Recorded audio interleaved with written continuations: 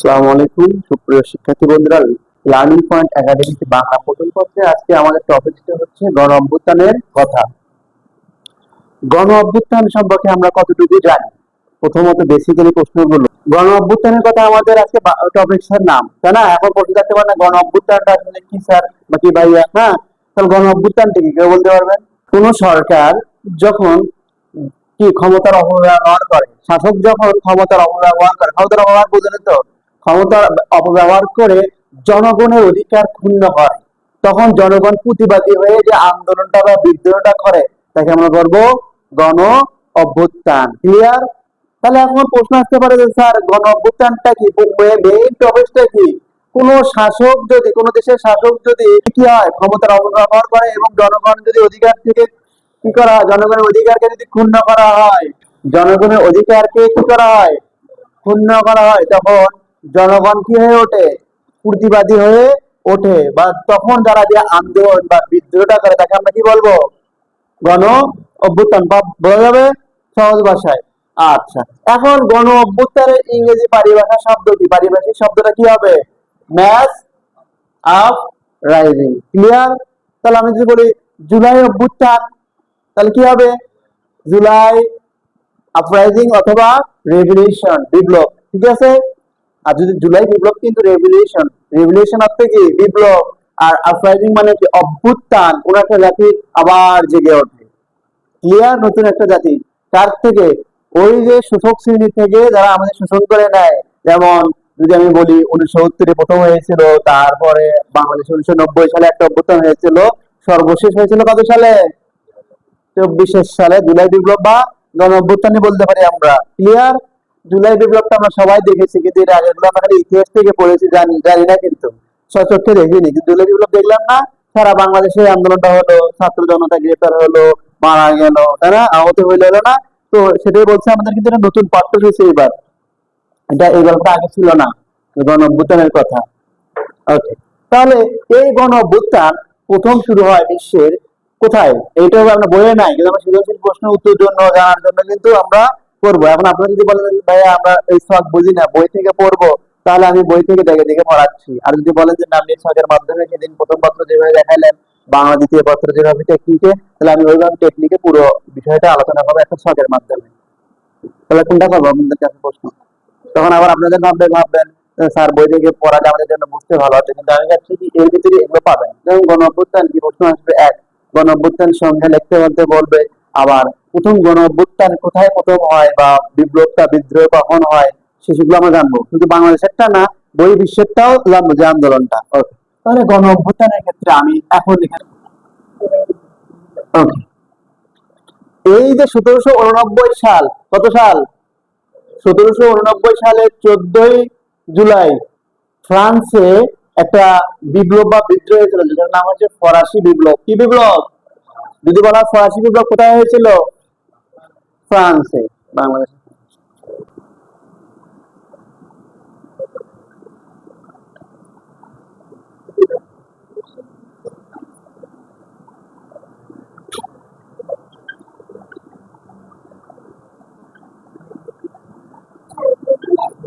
14ই জুলাই, হ্যাঁ, এটা আপনি বইয়ে পাবেন না, কিন্তু আমি আপনাদের জন্য সাধারণ জ্ঞান এবং জানার জন্য চাচ্ছি, কারণ আমি যদি বইয়ের ভাষাটা দিই তাহলে লাভ কি, কিন্তু আমার বই দেখে পড়ানো হলো।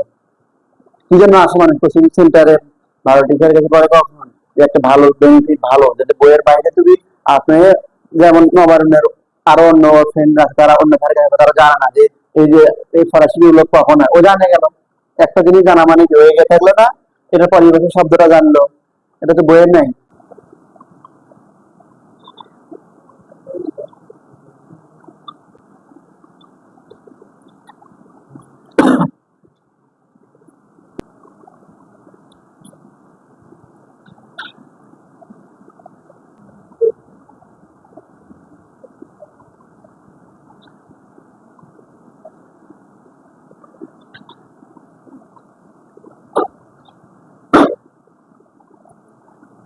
আচ্ছা, এই গল্পের মূল ভাব এইটুকু। গণ অভ্যুত্থানের কথা বলছে না, গণ অভ্যুত্থান, গণ অভ্যুত্থানের কথা। ওকে, একটু বলি, আমি যখন বলবো তখন আমরা লিখে নেবো, ঠিক আছে? আমি প্রথম আবার রিপিট করতেছি ক্লাসটা প্রথম থেকে, ঠিক আছে? আমাদের আজকে বাংলা প্রথম পত্রে গল্প হচ্ছে গণ অভ্যুত্থানের কথা। হ্যাঁ, গণ অভ্যুত্থানের ইংরেজি পরিভাষা তো ম্যাথ আপরাইজিং, ক্লিয়ার? গণ অভ্যুত্থান হচ্ছে কোন দেশের সরকার বা শাসক যখন হচ্ছে কি করা হয়, ক্ষমতার অপব্যবহার করা হয় এবং জনগণের অধিকার ক্ষুণ্ণ করে, তখন জনগণ তাদের অধিকার আদায়ের জন্য অধিকারের জন্য কি করে, প্রতিবাদ করে বা বিদ্রোহ করে। হ্যাঁ, তখন ওই সরকারের কাছ থেকে কি করে, ক্ষমতা ছিনিয়ে নিয়ে জনগণের অধিকার আদায় করে, তখন তাকে আমরা কি বলবো, গণ অভ্যুত্থান। আচ্ছা, এখন প্রশ্ন হলো, পৃথিবীতে যদি বলা হয় বিখ্যাত বিখ্যাত কিছু আমরা গুরুত্বপূর্ণ, বাংলাদেশের 3টে সাল আর ফ্রান্সের একটা বিপ্লবের কথা বলবো এখানে। অনেক বিপ্লবী হয়ে গেছে অনেক দেশে, কিন্তু সেগুলো গুরুত্বপূর্ণ যেগুলো সেগুলো আমরা তুলে ধরবো। 1789 সালে ফ্রান্সে যে বিদ্রোহটা হয়েছিল সেটার নাম কি বলবো আমরা, ফরাসি বিপ্লব। এই ফরাসি বিপ্লবের পরে কি শত বর্ষ ধরে, একটু শোনেন তারপর লেখেন, শত বর্ষের ফ্রান্সের জনগণদেরকে কি করা হতো, এই বাস্তিল দুর্গে কি করা হতো, বন্দি করে রাখা হতো, বন্দি করে নির্যাতন করা হতো, হত্যা করা হতো, পানি দেওয়া হতো না, পানির বদলে তাদের গরম পানির সেক দেওয়া হতো, নির্যাতন করা হতো, চোখ উপড়ে নেওয়া হতো, মারধর করা হতো। আর এই বাস্তিল দুর্গে ফরাসি বিপ্লবের সময় সেম ওই কাজগুলো করেছিল কি, ফ্রান্সের ফেসিবাদ সরকার, ক্লিয়ার, রাজতন্ত্র। এরপরে হলো এই যে ফরাসি বিপ্লব যে ঘটায়, যেমন আমরা এখন দেখলাম 24শে জুলাই বিপ্লবে দেখলাম না, আসনাদ আব্দুল্লাহ, সার্জিস আলম, নাহিদ আসিফ, তাই না, বিভিন্ন সমন্বয়কদের মাধ্যমে আমরা কি পেলাম, জুলাই বিপ্লব পাইলাম, শেখ হাসিনা সরকারকে পতন ঘটন ঘটালাম। সেম এই জ্যাক রুসো একজন দার্শনিক ছিলেন, তিনি কি করেছিলেন, ওই ফ্রান্সের রাজতন্ত্রের অবসান ঘটান। কোন তন্ত্রের? রাজতন্ত্র বলতে কি বুঝি জানেন, রাজার ছেলে রাজাই হবে, আপনি যত যোগ্যতা সম্পন্ন হন আপনাকে হয়তো দেবে না। বোঝা গেছে?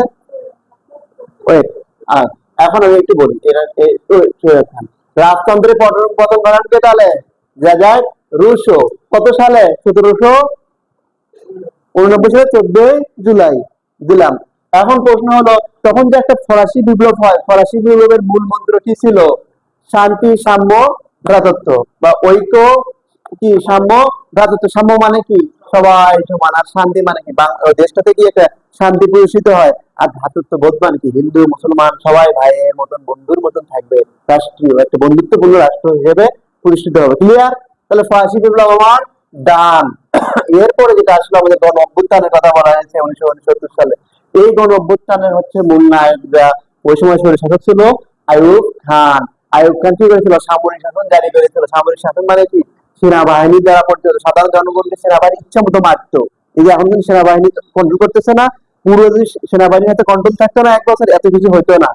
সেনাবাহিনী ওই ভিডিওকে মারলো, ফেসবুকে দেখেন, টিভিতে দেখেন না, ইচ্ছা মতো পিটায় কিন্তু সেনাবাহিনী। পুলিশ কিন্তু অত পিটাতে পারে না, কিন্তু সেনাবাহিনী যেভাবে পিটায়, সামরিক শাসন, ওদের একটা সামরিক শক্তি থাকে। পুরোটা যদি দেওয়া যায় তাহলে মনে করেন সাতক্ষীরায় আপনি কোনো জ্যাম বা কোনো হইচই জীবনও থাকবে না। একবার আর্মি ভয়ে সব নেশাখোর, চোর বাচ্চা পালাবে সাতক্ষীরা থেকে। পুলিশ ভয় পায় না, পুলিশকে কিছু টাকা দিলেই, ধরলেই, এখন ধরেন আমরা এখান থেকে ফোনটা নিয়ে দৌড় মারলাম, পুলিশকে কিছুক্ষণ পরে যে ধরা পড়লাম, তুমি মারলে না, আপনি পুলিশে বলতে যাই আপনি মারেন না, স্টুডেন্ট মানুষকে আপনারা যাওয়ার পরে কিছুক্ষণ পরে ও থেকে থানাতে গিয়ে 2-3টা মারি দিয়ে টাকা 5,000 টাকা নিয়ে চলে যায়, আবার ও চুরি করবে। সেনাবাহিনীর কাছে গেলে ওরে মেরে ওর একবার লাল করে দিবে পিছনে। হ্যাঁ, তো এই 69-এ একটা গণঅভ্যুত্থান হয়েছিল, কি জানো, আইয়ুব খান। প্রচন্ড মানে আমাদের কি স্বৈর শাসক ছিল। স্বৈর শাসক মানে কি, নিজের ইচ্ছা মতো শাসন ব্যবস্থা পরিচালনা করতে, আওয়ামী লীগ শেখ হাসিনার মতো। শেখ হাসিনা যদি বলে পুলিশকে যে ওই যে আমাদের সাথে বেশি আমি ঝামেলা করতেছি, ওকে গ্রেফতার করো, বাড়ি ভাঙো, ছাত্রলীগ, যুবলীগ, আওয়ামী লীগ দ্বারা করতো এটা। এই আইয়ুব খানও সেম, ওর বিরুদ্ধে এই কথা বলতে, ওকে গ্রেফতার করো, মারো, ঠিক আছে। তখন জনগণ মানুষ অতিষ্ঠ হয়, সারা বাংলাদেশের মানুষ। তখন এই যে ঢাকা বিশ্ববিদ্যালয়ের ছাত্র শহীদ আসাদ 20শে জানুয়ারি ওই ওই সময় সেনাবাহিনী বা পুলিশের গুলিতে নিহত হয়। তখন আন্দোলনটা আরো বেগবান হয়, যেমন আবু শহীদ, মুগ্ধ শহীদ আবু সাইদ মারা গেল 16 জুলাই। তখন কি হলো, সারা বাংলাদেশে আন্দোলন ছড়িয়ে পড়লো কিন্তু। তারপরে সে শহীদ বতিউরও মারা গেল। এখন যদি প্রশ্ন আসে গণ অভ্যুত্থান দিবস কবে 1970-এ, তখন আমরা বলবো 24শে জানুয়ারি। আর 20শে জানুয়ারি মারা যায় কে, শহীদ আসাদ। এরপরে শামসুজ্জামান স্যার মারা যায় ফেব্রুয়ারিতে। ওই যে আন্দোলনটা বেগবান হলো যখন পতন ঘটানোর জন্য, তখন কিছু কিছু স্যার আছে না, জুলাই বিপ্লবের সময় আমাদের সাপোর্ট দিয়েছে। সে নবায়ন স্কুলের হোক, গার্লস স্কুলের হোক, হাই স্কুলের হোক, কলেজের হোক, তারাও ছাত্রদের কি বলছে, আমরা আছি, তোমরা আন্দোলন করো, আমরা তোমাদের পাশে আছি। আবার কিছু স্যার আছে কি, এই তুমি যাও না, আওয়ামী লীগ সরকার সাথে পারবা না। অনেকে আছে না, আওয়ামী লীগের দালাল ছিল না, আওয়ামী লীগের দল করতো, স্কুল কলেজের টিচার হয় না কেন, তারা আওয়ামী লীগকে সাপোর্ট করতো, আবার অনেকে বিরোধী ছিল, বিএনপি আমাদের সমর্থক ছিল। তো এই যে এই শামসুল হক স্যার ছিল ছাত্রদের পক্ষে। তিনি কি করেছেন, রাজশাহী বিশ্ববিদ্যালয়ের রসায়ন বিভাগে কি ছিল, বাংলা রসায়ন ডিপার্টমেন্টের অধ্যাপক ছিল। যখন রাজশাহী বিশ্ববিদ্যালয়ের ছাত্রদের লাঠি চার্জ করে, যেমন চট্টগ্রামে এখন মারামারি হচ্ছে না, কোনো খবর দেখলে বুঝতে পারবেন। তো ওই সময়ে যখন পুলিশ সেনাবাহিনী ইয়ারা কি করে, ছাত্রদের যখন গুলি করবে, টিএক্সএল মারতেছে, তখন সেই ছাত্ররা আবু সাইদের মতো এরকম বলতেছে যে আমার ছাত্রদের গ্রেপ্তার এবং মারার আগে আমাকে হত্যা করো বা আমাকে গ্রেপ্তার করো।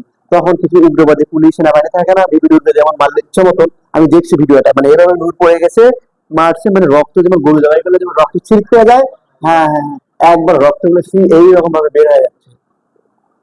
মানে তার মানে ওই রকম মারছিল স্যারকে, ব্লেড দিয়ে ওই ছুরি থাকে না আর্মিদের ইয়ের সামনে, রাইফেলের সামনে, ওটে যে গুলি করার পর যখন ছোলতে পড়ে গেছে ওই রাস্তায়, তারপরে ওটাতে খোঁচাচ্ছে যতক্ষণ মরেনি, হয়ে গেছে। তারপরে তিনি মারা যায় শহীদ শামসুজ্জামান, এই জন্য তার নাম হচ্ছে শহীদ শামসুজ্জামান স্যার। এর যে পরিপ্রেক্ষিতে আরেকটা হয়েছিল, আগরতলা মামলা হয়েছিল এর আগে একটা, সেটা 1968 সালে, বঙ্গবন্ধু বনাম রাষ্ট্র, বঙ্গবন্ধু নামে একটা মিথ্যা মামলা দিয়েছিল। সেখানে বঙ্গবন্ধু সহ 35 জন আসামি হয়েছিল। বিজিএস যদি করে থাকেন ততটা পাবেন, মুক্তিযুদ্ধ, ভাষা আন্দোলন, অভ্যুত্থান সম্পর্কে পড়তে গেলে, বোঝা গেছে এটা। ওকে, এরপরে আসলে হচ্ছে 90 সালের স্বৈরাচার পতন। স্বৈরাচার পতন হচ্ছে কি, ঈশ্বর সরকার অবৈধভাবে ক্ষমতায় লাভ করে, ছাত্রদের রাজনীতি করতে দেবে না, আর্মি দ্বারা পরিচালিত হবে, এর সাথে কিন্তু আর্মিতে ছিল, ঠিক আছে। আচ্ছা, এখন তখন কি করা হলো, আওয়ামী লীগ, বিএনপি, জামাত একজোট হলো, যেমন আওয়ামী লীগ সরকারকে পতন করা হলো, জামাত একসাথে হলো, শিবির একসাথে, বিএনপি, বিভিন্ন গণ অধিকার, ছাত্র অধিকার পরিষদ একত্রে হয় কি করলো, আন্দোলন করলো সারা বাংলাদেশের আপামর জনগণ ন্যায্য অধিকার শেখ হাসিনা হাত থেকে বাঁচার জন্য। সেম এই 90-এর সময় শেখ হাসিনা, খালেদা জিয়া, জামাতের আমির সবাই কি করলো, রাজপথে নেমে পড়লো। তখন কি করলো, ঈশ্বর সরকার যখন দেখলো দেখি সবাই আমার বিপক্ষে, জনগণ থেকে শুরু করে আমার বিরোধী দলেরা, তখন কি করলো, শহীদ নূর হোসেন খালিগায়ে, আপনারা বইয়ে দেখবেন, বিজিএস 9-10 ইন্টারমিডিয়েটে উঠবেন বা আরো দেখছেন, স্বৈরাচার নিপাত যাক, গণতন্ত্র মুক্ত পাক, আমি দেখাচ্ছি, ওই মোবাইলটা থাকলে তো ওখানে হচ্ছে দেখাতাম, যে এরকম একটা লোক খালি গায়ে, যেমন জুলাই বিপ্লব আমরা দেখলাম না, ফেসিস সরকারের পতনটা শেখ হাসিনা ঢাকা বিশ্ববিদ্যালয় রাজু ভাস্কর্যের সামনে, বিভিন্ন জায়গায়, খুলনা 0 পয়েন্টে, খুলনা ভার্সিটির শিক্ষার্থীরা গায়ে লেগলো, মুখে লেগলো জুলাই বিপ্লব, তারপর পতাকা এরকম রাখলো না, সেম ওই সময়েও স্বৈরাচার পতনের জন্য শহীদ নূর রাজপথে খালি গায়ে লেখছিল কি, স্বৈরাচার নিপাত যাক, গণতন্ত্র মুক্ত পাক, তাকে গুলি করে মারা হয়। ওই লেখছিল, যখন পাগল হয়ে গেছে পুলিশ সেনাবাহিনী যে ওই রকম আন্দোলন করতেছে কেন, তখন কি গুলি করে মারানো হয় নূর হোসেন, ঠিক আছে। এরপরে আসলো 90 সালের পরে 2024 সালের জুলাই বিপ্লব, দীর্ঘ 16 বছর 17 বছর আওয়ামী লীগ সরকার একটানা তাদের রাজতন্ত্র চালানো, কিভাবে, যে ওদের স্বৈরাচার, স্বৈরাচার মানে কি, ফ্যাসিস্ট কি, যদিও ফ্যাসিস্ট শব্দটা হচ্ছে একটা ইতালিয়ানের শব্দ, যেমন ইতালিয়ান মুসলিম চালাচ্ছিল ওই রকম। যে কি করছিল, সে ক্ষমতা থেকে লড়বে না। এখন আমি যদি বলি ছাত্রীরা, আমি আছি একটা রাজত্ব করতেছি, ওর বাবা থেকে যা বলতেছি, আজকে 5 লক্ষ টাকা দেবে ব্যবসায়ী, ওর বাবা সরকারি চাকরি করে 20 লক্ষ টাকা দেবে, না হলে আপনার সন্তানকে আমি মেরে ফ্রান্সের খালে ভেসে দেবো, তখন কিন্তু আমাকে ভয় পাবে, এই বাবা, সেই ওর বাবা ভয়ে 20 লক্ষ টাকা দেবে। এরকম করতে করতে আমার যখন পুলিশও ধরবে না, কোনো সরকারও কিছু বলবে না, দীর্ঘদিন আমি পেয়ে থাকবো, এই ছাত্রীরা ডন। সেম আওয়ামী লীগ সরকারকে কেউ ওইভাবে নামাতে পারেনি, সেই ইচ্ছা মতো খুন, হত্যা, গুম, দুর্নীতি যা করা দরকার সব করে থেকে শেখ হাসিনা সরকার। তারপরে পরিপ্রেক্ষিতে কি করা হলো, সবাইকে বললো কি রাজাকারের সন্তান, তারপর ছাত্র জনতা কি করলো, রাজপথে নেমে পড়লো, আপামর জনতা সহ। তখন 16 জুলাই আবু সাহেবকে মারার পর আরো আন্দোলনটা বেগবান হলো। কোনো কিছু আমরা যে স্বাধীনতা পাইছি, ভাষা আন্দোলন পাইছি, জুলাই বিপ্লব, সবগুলো কিন্তু আমরা রক্তের বিনিময়ে পাইছি। কিভাবে জানেন, কারণ আমরা যদি এখানে শিক্ষাকে পড়াইতাম তাহলে বুঝতে পারতেন, ভাষা আন্দোলনের সময় ঢাকা বিশ্ববিদ্যালয়ের শিক্ষার্থী জগন্নাথের, রফিক, শফিক, জব্বার, বরকতের শহীদের রক্তে কিন্তু আমরা পেয়েছিলাম কি, ভাষা আন্দোলন। দেরি কেন, ভাষা আন্দোলন। তারপর আমি যদি বলি, ওই যে 69-এর গণ অভ্যুত্থানে আমরা কি পাইলাম, শহীদ পাইছি না, স্টুডেন্ট মারা গেছে। তারপরে আমরা 90-এতেও নূর হোসেনকে দেখছি, ছাত্র মারা গেছে। তারপরে 24-এ তো মারা গেল, দেখলেন সবাই, স্বচক্ষে দেখলেন। আমাদের দেবহাটারও মারা গেছে আসিফ, নর্দার্ন ইউনিভার্সিটি খুলনা, আসিফ, খালি আসিফ, আসিফ মাহমুদ তো উপদেষ্টা, আসিফ চত্বরে গিয়ে খুলনা রোডে। আচ্ছা, তাহলে আমরা গণ অভ্যুত্থান সম্পর্কে কতটুকু জানলাম, যে গণ অভ্যুত্থানটা হয় সরকার যখন হচ্ছে কি করা হয়, ক্ষমতার অপব্যবহার, ক্ষমতার অপব্যবহার করতেন না, এই জানি হচ্ছে আপনার কি বলবেন, সময় অপচয় করতেছেন, ক্ষমতার অপব্যবহার করতেছেন কিভাবে, পড়া বাদ দিয়ে এখানে এসে আপনি নোট করতেছেন, এটা নোট করো, কিন্তু দেখা যায় এখানে এসে আমার উচিত কি, বাংলাদেশ ছাত্র যে টপিকটা পড়াবে সেটা এসে একবার রিভিশন, মানে একবার বোঝা, পড়ার পরে বাসা থেকে বা এখানে এসে দেখার পরে স্যারকে জিজ্ঞেস করে স্যার আমি এটা বুঝিনি। এটা হচ্ছে একটা আদর্শ ছাত্রের নিয়ম। তো আমাদের তাহলে গণ অভ্যুত্থানের কথা মোটামুটি বাজে কত, আচ্ছা, এখন আমি বোর্ড বই থেকে নিয়ে দেখবো, একটু বোর্ড বইটা দেন আপনাদের একটা বই। আচ্ছা, সামরিক শাসন জারি করেছিল আইয়ুব খান 1958 সালে, এগুলো লিখলাম না, 82, 90। Okay. এখান থেকে শব্দের অর্থগুলো আমরা একটু দেখি, দেখেন, অন্তর্ভুক্তিমূলক মানে যেখানে সকলের অন্তর্ভুক্তি কি করা হয়, নিশ্চিত করা হয়। তারপরে কি বলছে, কারফিউ, কারফিউটা হচ্ছে সান্ধ্য আইন, যেখানে নির্দিষ্ট প্রয়োজন ছাড়া কেউ একদিনের বেশি বেরোতে পারবে না, তা কোন কাজের জন্য, ঔষধ জরুরি কাজ ছাড়া।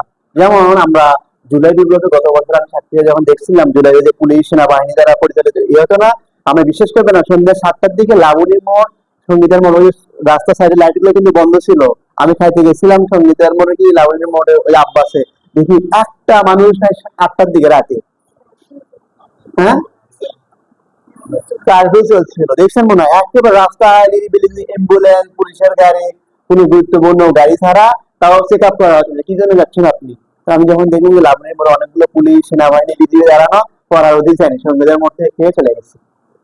হ্যাঁ, তো এই হলো কার্ফিউটা, সান্ধ্য আইন 144 দ্বারা জারি করে, আর দেরি করে আসলে হবে। তারপরে কোটা ব্যবস্থাটা হচ্ছে কি, পড়ালেখা এবং চাকরির জন্য একটি নির্দিষ্ট গোষ্ঠীর সংখ্যক কিভাবে কোটা পদ্ধতিতে হয় দেখেন। কোটা মুভমেন্ট আমরা 2018 সালে দেখছিলাম না, কোটা ওই যে বিভিন্ন ওখান থেকে উঠে আসে। কোটাটা হলো কি ধরনের আমি একটু বলি, ধরেন 100% আমরা আমরা এখানে যারা শিক্ষার্থী কত পার্সেন্ট, এখানে সবারই ইচ্ছা, আমি যখন বিশ্ববিদ্যালয়ে পড়ি চাকরিটা বাদে দিই, যেহেতু আমরা শিক্ষার্থী সবাই এখানে আপনারা। তো এখন প্রশ্ন হলো, ওর ইচ্ছা খুবই নটরডেমে পড়া, নটরডেমে পড়া, তাই না? আর এই ইচ্ছা খুবই হলিক্রস অথবা ভিকারুননিসা বা কি বলবো, আর কি আছে ভালো ঢাকায়, না ইডেন, ইডেন তো ইন্টারমিডিয়েট, ইন্ডিয়ান হচ্ছে অনার্স, তো ইডেনে কেউ পড়ে, হ্যাঁ। তারপরে হচ্ছে হলিক্রসে পড়বে ওর ইচ্ছা খুবই, বা মতিঝিল আইডিয়ালে, হ্যাঁ, বা আরো যেগুলো আছে স্কলাস্টিকা, সেন্ট জোসেফ, হ্যাঁ। তারপরে আছে কি ওই যে বিমান বিধ্বস্ত হলো কোথায়, মাইলস্টোনে, মাইলস্টোনে। তো ওর খুবই ইচ্ছা সরকারিতে ইয়েতে পড়া, সরকারি যে ইন্টারমিডিয়েট কলেজ আছে ঢাকায়, বা বেতন রিসার্চ করার খুবই ইচ্ছা ওর, ধরো সরকারি হিসেবে দিলাম, ওর পড়ার ইচ্ছা খুব নরম। এখন প্রশ্ন হলো, আচ্ছা ঢাকা বাদে দিলাম, সাতক্ষীরার কথা বলি, ওর খুবই ইচ্ছা এসএসসি তে পাস করার পরে সাতক্ষীরা সরকারি কলেজে পড়বে, এরও খুব ইচ্ছা, তাই না? এখন প্রশ্ন হলো, এই 100%-এর ভেতরে মুক্তিযোদ্ধা কোটা থাকে, কত থাকে, মুক্তিযোদ্ধা কোটা থাকে, তাদের নাতি পুতি সহ, মানে মুক্তিযোদ্ধা যে ছেলে মেয়ে আছে না তাদের কোটা থাকে। তারপরে হচ্ছে কি, প্রতিবন্ধী থাকে না, জন্ম থেকে এরকম হাত পা বাঁকা নাই, মুখ দিয়ে কথা বলতে পারে না, বধির। তারপর আছে ক্ষুদ্র নৃগোষ্ঠী, অর্থাৎ যদিও সাতক্ষীরা কোনো উপজাতি নাই, তারপরও যদি বাইরে থেকে কারো বাবা সেখানে চাকরি করে, উপজাতি তারা ভর্তি হতে পারবে।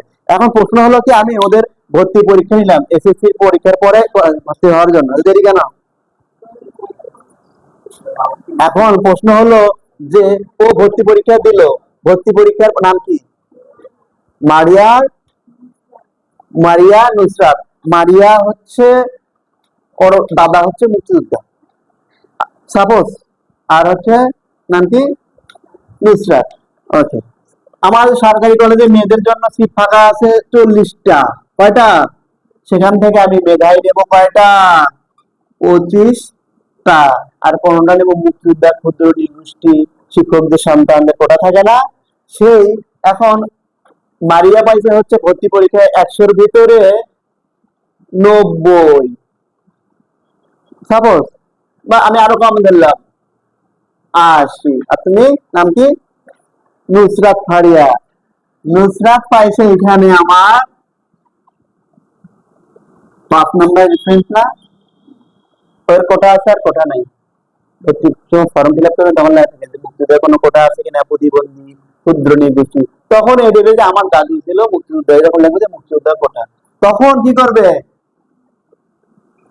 এখানে সেম চাকরির ক্ষেত্রে, আমি ছাত্রলীগ করি না, আমার বাবা আওয়ামী লীগ করে না, জামাত করে না, বিএনপি করে না, আমি সাধারণ জনগণ, আমার মেধা দিয়ে আমি পরীক্ষায় পাইছি 90, আমার একটা ফ্রেন্ড পাইলো কত, 80, তখন আমার কি করবে, যখন দেখবে যে এই 90 পার্সেন্ট মিনিমাম 100-র ভিতরে 100টা পোস্টের ভিতরে 90 পার্সেন্ট মিনিমাম কয়জন, 80 জন, আর 20টা থাকবে এই যে মুক্তিযোদ্ধা যারা 80 পাবে না, তখন দেখা যায় আমি হচ্ছে 81তম হচ্ছে, আমার 90 পায় বা তারও কম পাইছি, তখন আমাকে বাদ দিয়ে এখানে এদের জন্য বরাদ্দ।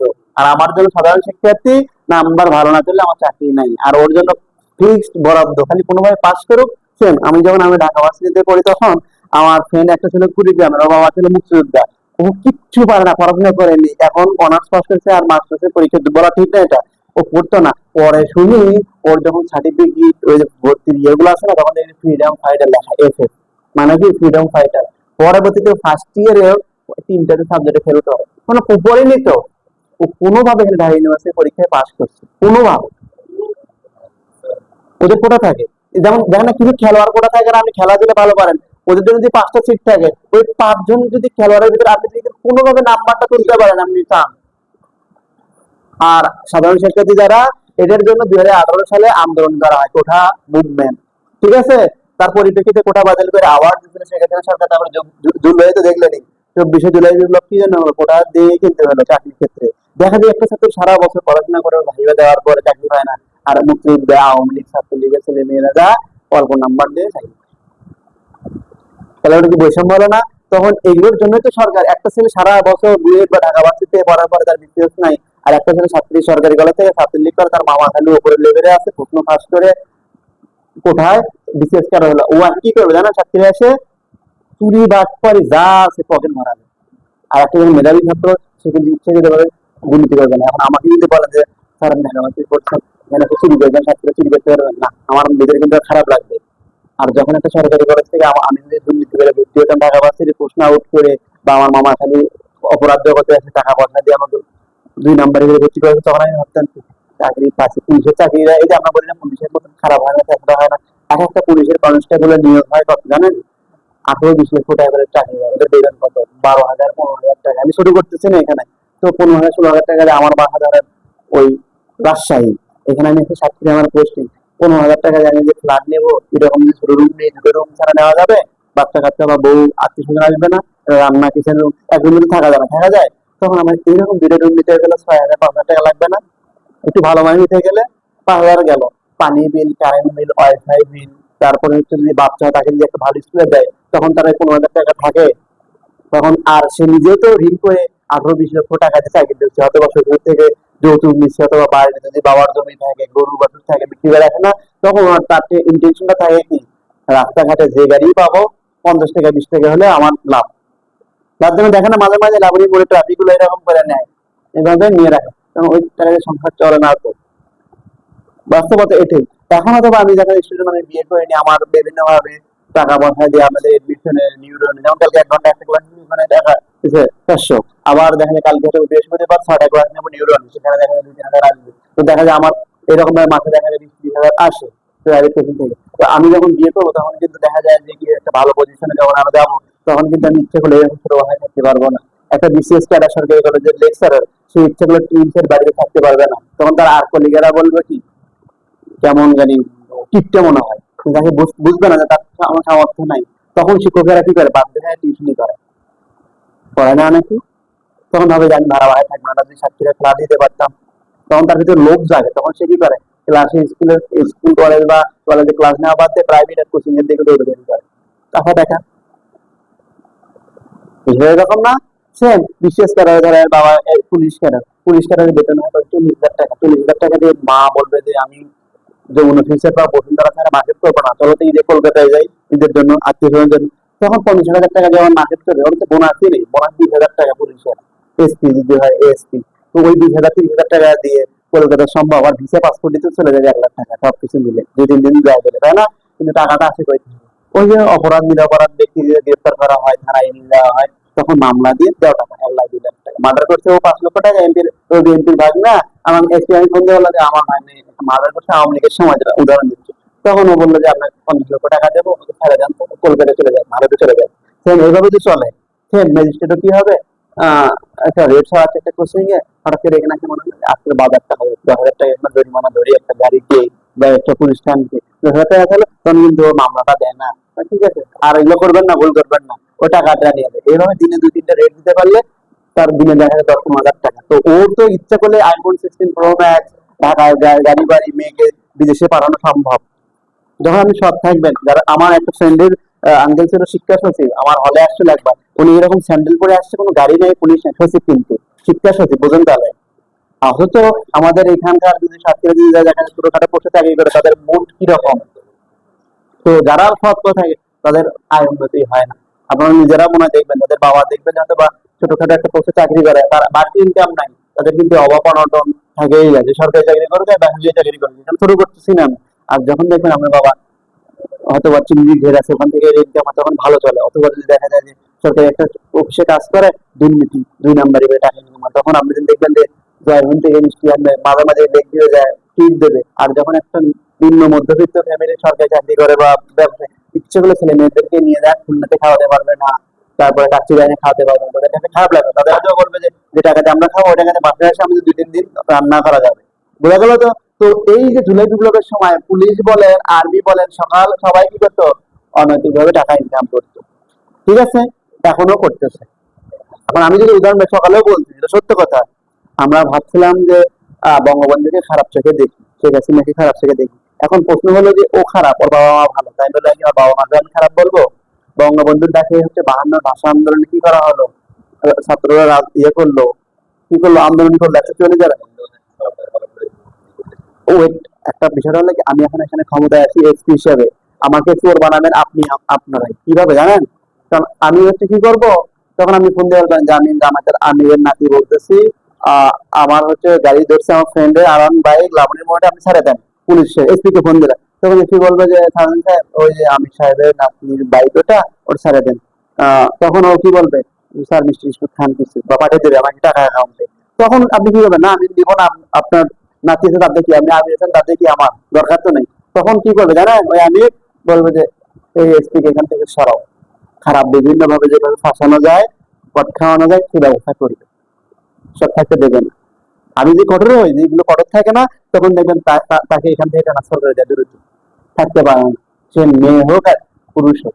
আর তারও ইচ্ছা থাকে কি আমার বউ বাচ্চা নিয়ে আমি থাকবো, একটা ভালো ফ্ল্যাট হবে, গাড়ি বাড়ি হবে। ঠিক আছে। আচ্ছা থাক। তারপরে আসলে হচ্ছে কি স্বৈরাচার, স্বেচ্ছাচার, অর্থাৎ স্বৈরাচার বলতে কি নিজের ইচ্ছা মতো দেশ ব্যবস্থা পরিচালিত করতে যে শাসক, তাকে আমরা বলবো স্বৈরাচার। ওকে, তাহলে আমরা গণবিরোধী এখানে বিভিন্ন আন্দোলন সম্পর্কে জানলাম। 69-এর গণ অভ্যুত্থান, 90-এর স্বৈর শাসক, তারপর 90-এর জুলাই বিপ্লব। এখন আমরা একটু এমসিকিউ গুলো সলভ করি। ওকে, বাংলাদেশে কত সালে বৈষম্য বিরোধী ছাত্র আন্দোলন হয়? হ্যাঁ, ওকে। কোন দেশের সরকার গুরুত্বপূর্ণ কাজগুলো হলো গণ আন্দোলন দমন করা, রাষ্ট্রের শান্তি শৃঙ্খলা রক্ষা করা, দেশের সকল নাগরিকদের নিরাপত্তা নিশ্চিত করা। তাহলে কি হবে, 2 আর 3। গুড। আচ্ছা, আমরা সৃজনশীলটা পরে শেষ করবো। সৃজনশীলতাতে বলতে কি দেখেন, 1789 সালে ফরাসি বিপ্লব হয়, যেখানে বাস্তিল দুর্গ, যখন আওয়ামী সরকারের আয়নাঘর তৈরি করা হয়েছিল, ওই সময় তৈরি করা হয়েছিল বাস্তিল দুর্গ।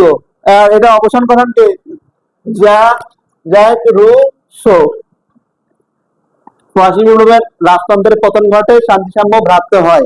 এখানে সেটাই বলছে যে দীর্ঘ শত বছরের নির্যাতন নিপীড়ন, সেখান থেকে ফ্রান্সের অধিবাসীরা কি বিদ্রোহ করে, তার পরিপ্রেক্ষিতে কি পায় তারা, ফরাসি বিপ্লব পায়। ঠিক আছে, ফরাসি বিপ্লবের মাধ্যমে কি রাজতন্ত্রের পতন ঘটে, জনগণ তাদের অধিকার নিজ অধিকার আদায় করে পায়, তারা তখন থেকে শোষণ নিপীড়ন থেকে মুক্ত হয়। ক্লিয়ার।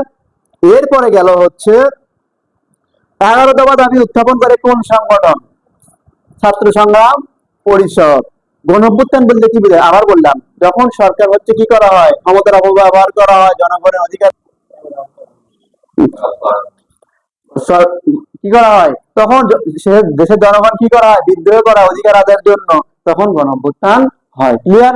তারপরে বলছে কি, উদ্দীপকে ফরাসি বিপ্লব কি ধরনের আন্দোলন, ওই যে শোষণ থেকে মুক্তির আন্দোলন, নিগৃহীত শোষণ থেকে মুক্তর না, নিজের অধিকার আদায়ের একটা আন্দোলন, যেখানে বলা হয় ফরাসি বিপ্লব। তাহলে ফরাসি বিপ্লব সম্পর্কে আমরা লিখবো, ওই শতবর্ষের উদ্দীপক থেকে একটু তুলে ধরবো, বোর্ড বই থেকে একটু কিছু ধরবো, এটাই তো, দুইটা মিলে মিক্সড করে কম্বাইন করে আমরা লিখে দেবো, 3 পাবো। 4 নম্বরে বলতে কি, উদ্দীপকে ফরাসি বিপ্লবে আন্দোলনকারী ভূমিকার সঙ্গে গণ অভ্যুত্থানের কথা উল্লেখিত বাংলাদেশের 3টি আন্দোলনের ভূমিকা, এই 3টি আন্দোলনের কথা লিখবেন, শহীদদের কথা লিখবেন, ফরাসি বিভাগের কথা তুলে ধরবেন, এগুলো সুন্দরভাবে সাজায় লিখবেন 4-4।